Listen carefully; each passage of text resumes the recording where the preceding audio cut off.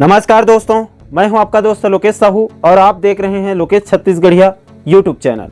दोस्तों, इस वक्त प्रदेश के सभी शिक्षक साथियों के लिए एक बहुत ही बुरी खबर निकलकर सामने आ रही है।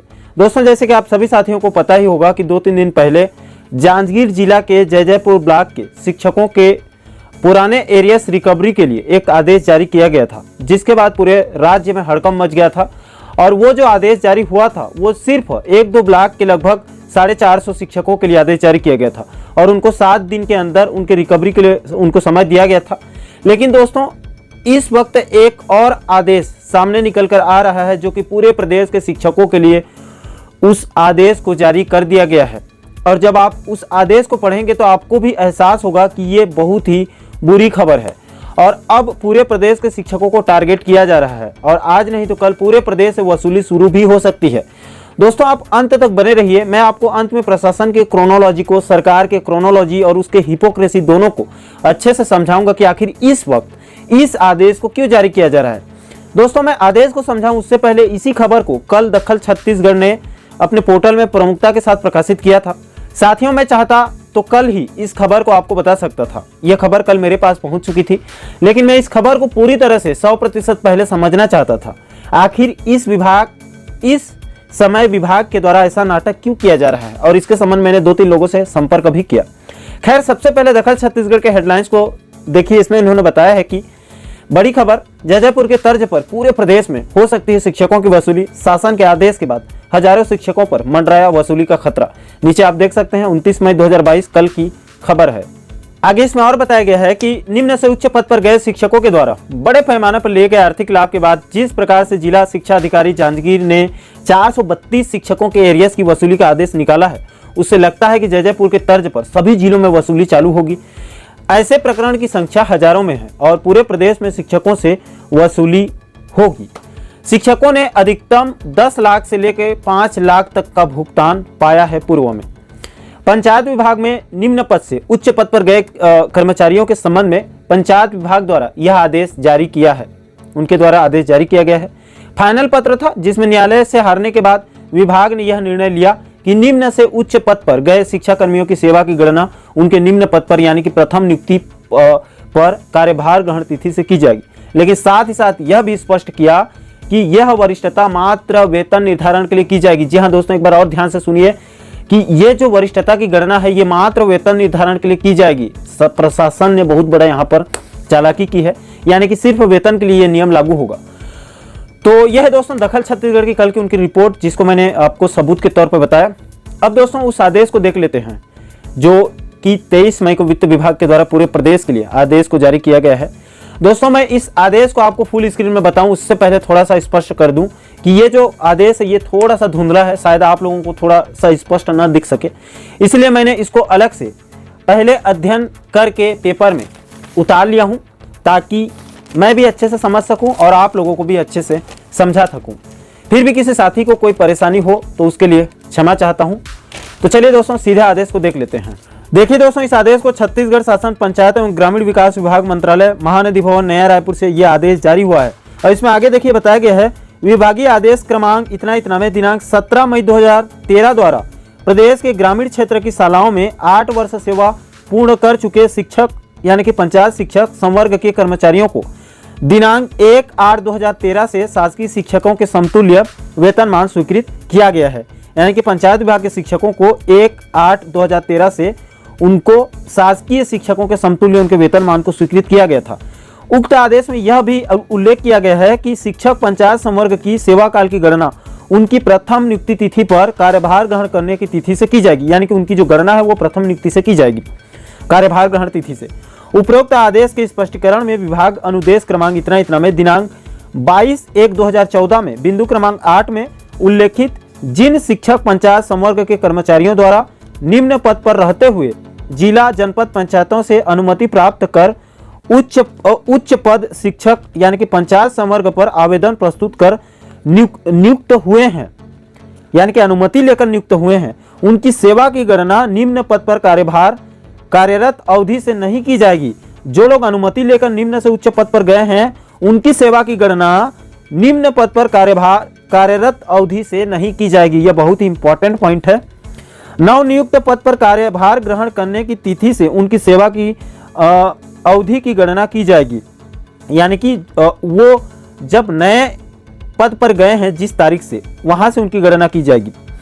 जारी दिशा निर्देश के विरुद्ध कतिपय शिक्षक पंचायत संवर्ग के कर्मचारियों द्वारा माननीय उच्च न्यायालय में याचिका प्रस्तुत की गई थी। हाँ, तो उच्च न्यायालय में इसको लेकर कर्मचारियों द्वारा, शिक्षकों द्वारा याचिका भी लगाया गया था, आपको भी पता होगा। माननीय उच्च न्यायालय के प्रकरण क्रमांक WA 413/2014 एवं अन्य प्रकरणों में पारित आदेश दिनांक 9/12/2015 में सचिव छत्तीसगढ़ शासन पंचायत एवं ग्रामीण विकास विभाग को निर्देशित किया गया कि यदि याचिकाकर्ता निवेदन करते हैं तो उनके प्रतिनिधि को सुनवाई कर अवसर प्रदान करते हुए 6 महीने में प्रकरण विधि सम्मत एवं तर्क सहित आदेश जारी करें। तो न्यायालय ने कह दिया कि जिन लोगों ने याचिका लगाया है उनको 6 महीने के अंदर उनके प्रतिनिधि को सुनवाई करने का अवसर प्रदान करते हुए विधि सम्मत और तर्क सहित उनके लिए आदेश जारी करें।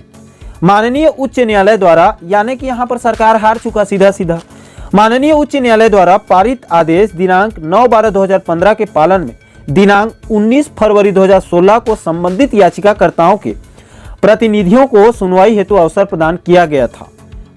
19 फरवरी 2016 को सुनवाई के दौरान उपस्थित प्रतिनिधियों द्वारा मुख्य रूप से समक्ष में अवगत कराया गया कि जिन शिक्षक पंचायत संवर्ग या कर्मचारियों द्वारा शिक्षक पंचायत संवर्ग के निम्न पद पर रहते हुए नियोक्ता से लिखित अनुमति या अनापत्ति प्रमाण पत्र प्राप्त कर उच्च पद शिक्षक पंचायत संवर्ग पर चयन के बाद नियुक्त हुए हैं, उनकी सेवा की गणना निम्न पद यानी कि प्रथम नियुक्ति पर कार्यभार ग्रहण की तिथि से की जाएगी। यानी कि इनके प्रतिनिधियों को बुलाया गया था और वहां पर स्पष्ट तौर पर न्यायालय ने कहा कि जिन शिक्षकों ने निम्न पद पर रहते हुए अपने नियोक्ता से लिखित अनुमति लेकर या अनापत्ति प्रमाण पत्र देकर प्राप्त करके उच्च पद पर गए हैं, तो उनकी जो गणना है, उनकी सेवा की गणना वो कार्यभार ग्रहण तिथि से की जाएगी। इतना आप कंफर्म हो चुके होंगे।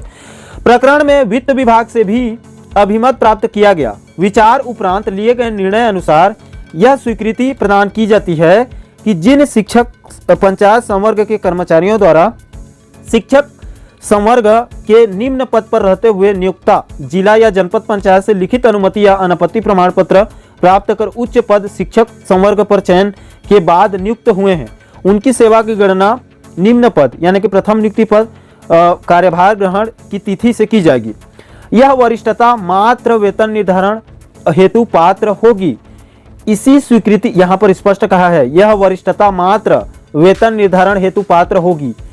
इसी स्वीकृति के संबंध में यह शर्त होगी कि संवर्ग के कर्मचारी शिक्षक पंचायत संवर्ग के निम्न पद पर पद स्थापना की अवधि में वर्तमान नियोक्ता से समुचित अनुमति प्राप्त कर संवर्ग के उच्च पद पर सीधी भर्ती से नियुक्ति होता है तथा उक्त पद पर कार्यभार ग्रहण करने हेतु उसे अपने वर्तमान पद से त्याग पत्र देना पड़ता है। तो इस त्याग पत्र को तकनीकी त्याग पत्र माना जाएगा एवं इसकी वरिष्ठता सेवा अभिलेखों में की जाएगी।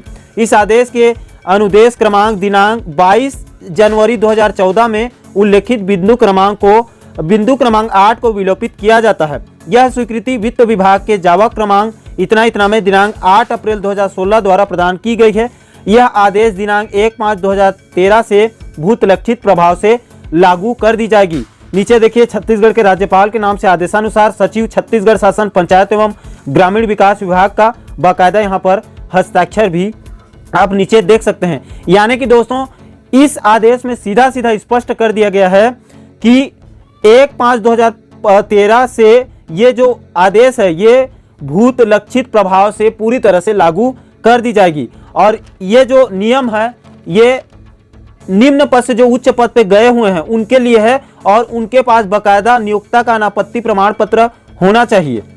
और वित्त के संबंध में जो वेतन के संबंध में उसके लिए ये आदेश को जारी नहीं किया गया। बड़ी चालाकी से इसको खेला गया है शासन के द्वारा। तो दोस्तों, पंचायत विभाग द्वारा जारी आदेश को आप लोग अच्छे से समझ ही गए होंगे। ये सिर्फ एक ट्रेलर है, आगे देखिए सरकार क्या क्या करता है। अब दोस्तों, इस आदेश को इस वक्त जारी करना और वसूली करना ये सिर्फ संयोग नहीं है बल्कि बहुत बड़ा प्रयोग है। मैं आपको सरकार के इस खतरनाक क्रोनोलॉजी को जाते जाते बता देता हूं। तो दोस्तों ऐसा है कि इस वक्त राजनांदगांव और जांजगीर चांपा जिले से पुरानी एरियस की मांग शिक्षकों ने तेज कर दी, आपको पता ही होगा। वहीं दूसरी तरफ डीए को लेकर भी आज से संग्राम शुरू हो चुका है। तो इसीलिए इन महत्वपूर्ण मांगों और मुद्दों से ध्यान को भटकाने के लिए, मेन मुद्दों से जनता का ध्यान डाइवर्ट करने के लिए इस आदेश को जारी किया गया है, ताकि डीए और एरियस की मांग कमजोर हो और किसी तरह से फिर से 6 महीने के लिए मेन मुद्दों और समस्याओं को फाइल में दबाया जा सके। जिस प्रकार से वेतन विसंगति के आंदोलन को तोड़ने के लिए प्रमोशन का जाल फेंका गया था, अंत में ना ही वेतन विसंगति दूर हुई और ना ही प्रमोशन मिला, और प्रमोशन भी अंत में बिलासपुर हाईकोर्ट में लटक गया है। इसी को कहा जाता है कि दुविधा में दोनों गए, न राम मिली न माया। बाकी दोस्तों इस पूरे मुद्दे पर आपकी क्या राय है, नीचे कमेंट सेक्शन आपके लिए खुला हुआ है, अपनी प्रतिक्रिया जरूर दीजिए। और इस आदेश को हमारे टेलीग्राम चैनल लोकेश साहू ज्ञान पर अपलोड कर देंगे, आप वहां से डाउनलोड करके अच्छे से अध्ययन कर सकते हैं। और साथ ही साथ दोस्तों आप वेतन विसंगति, प्रमोशन, ट्रांसफर, पुरानी पेंशन बहाली, डीए, डीआर, एचआरए जैसे महत्वपूर्ण मुद्दों पर आगे भी वीडियो देखना चाहते हैं तो हमारे चैनल को आप सब्सक्राइब जरूर करिए, ताकि हमारे सभी नए वीडियो की नोटिफिकेशन आप लोगों तक तुरंत पहुंच सके। दोस्तों इस वीडियो में फिलहाल इतना ही, मुझे दीजिए इजाजत। मैं मिलता हूं आपसे एक और महत्वपूर्ण मुद्दे के साथ, तब तक के लिए जय हिंद, जय छत्तीसगढ़।